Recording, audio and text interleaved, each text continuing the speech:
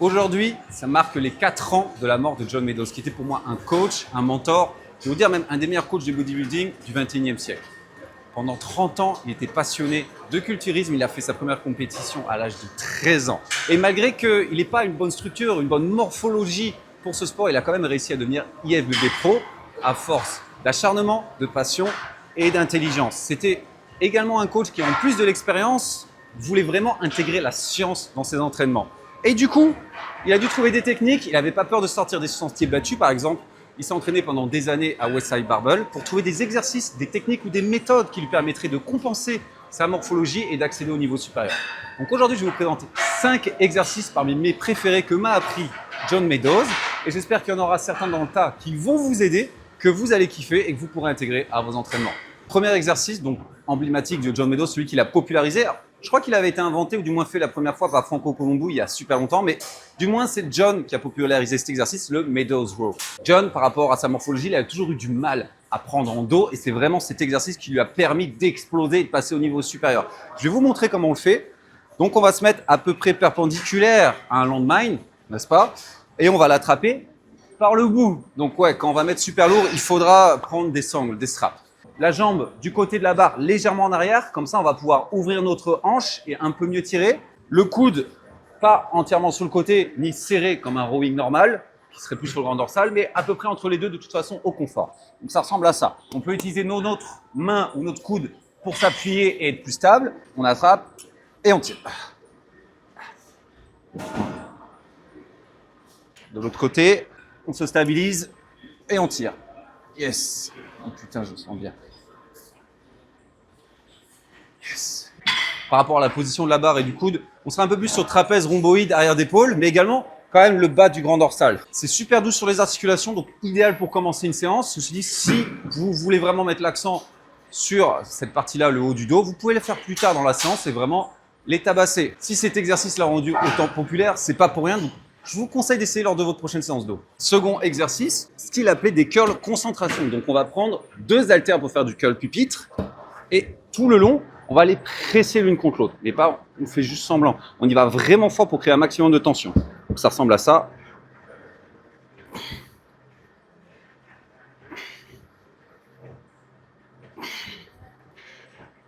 Voilà. Ok. Donc, quand on fait du curl pupitre, la position déjà bras en avant, on va être plus sur la portion courte du biceps. Mais quand on rajoute ce mouvement d'adduction horizontale en les pressant en isométrie, on va encore plus les bosser. Donc si vous avez un retard sur l'intérieur des biceps, n'hésitez pas à tester ça. En plus, c'est quand même plus doux sur vos articulations, surtout si vous avez les bras courts, les biceps courts, plus doux sur vos articulations que du curl pupitre normal. Donc essayez et dites-moi ce que vous en pensez. Ok, prochain exercice, là on va passer aux pectoraux, les pompes stretch, donc les pompes dans l'étirement. C'est extrêmement simple, vous allez voir, on va simplement placer ses mains sur des supports, donc ça peut être les steps, des steps que vous allez ramener simplement d'aérobic, ou bien ça peut être des kettlebells ou des haltères. L'objectif, c'est de chercher l'étirement le plus loin possible. Hop, et on fait simplement des pompes comme on le ferait en temps normal, donc on n'envoie pas les coudes trop hauts ni trop serrés. Il faut que ce soit confortable.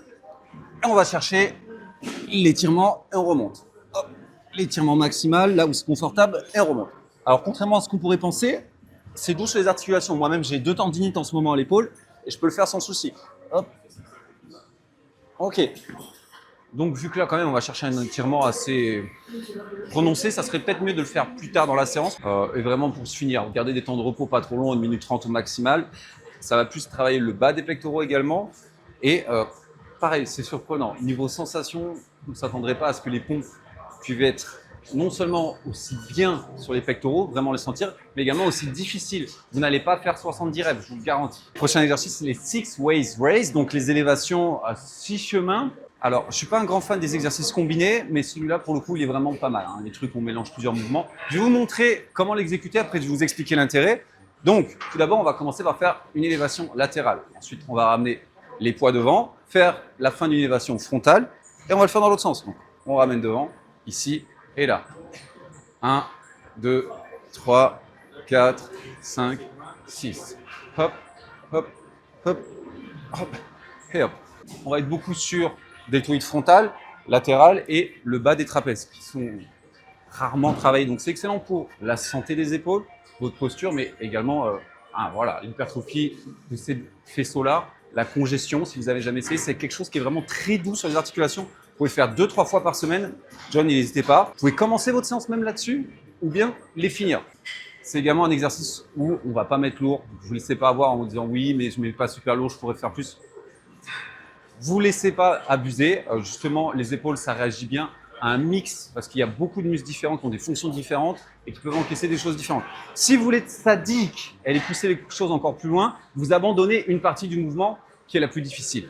C'est-à-dire, hop, hop, quand vous n'arrivez plus à faire ça, qui est le plus dur, eh ben vous restez juste sur cette portion-là. Hop, hop. Et quand vous n'arrivez plus à ramener devant, eh ben on fait juste des élévations latérales à la mort.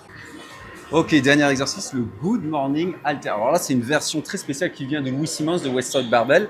C'est une variante de Good Morning assis, mais aux haltères. Je vais vous montrer comment ça se fait. Je vais vous expliquer la différence. Alors ça, c'est top. En plus, si vous n'avez pas la machine avec hyper-extension, elle est prise ou quelque chose comme ça, on va attraper notre halter. On va la mettre ici. Je sais pas toucher mon micro.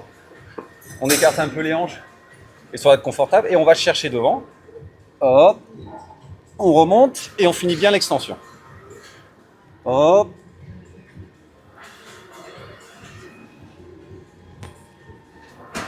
Et voilà. Alors, comme vous en doutez, c'est top pour les lombaires, les abdos, la mobilité des hanches, des ischios, comme le Good Morning assis. Mais la différence, c'est que là, on peut vraiment aller plus chercher une extension au niveau thoracique. Vous allez le sentir dans vos érecteurs du rachis, mais pas que dans les lombaires, mais vraiment jusque tout en haut dans votre nuque. Si vous avez un point faible sur le haut du dos, par exemple, vous avez tendance à arrondir sur un squat, par exemple, vous avez tendance à trop vous pencher en avant, c'est excellent. Ça va renforcer cette partie-là du mouvement. Et aussi également, s'il n'y a pas de matériel, ça, c'est vraiment top. C'est bizarre, mais je vous garantis, quand vous arrivez à faire des séries avec les 60 kg, vous aurez un dos en acier trempé. Donc voilà, c'est le dernier exercice. Si vous voulez voir plus de vidéos de ce genre, peut-être sur d'autres coachs ou personnalités, n'hésitez pas à me le dire en commentaire. Et en attendant, je vous dis à la prochaine.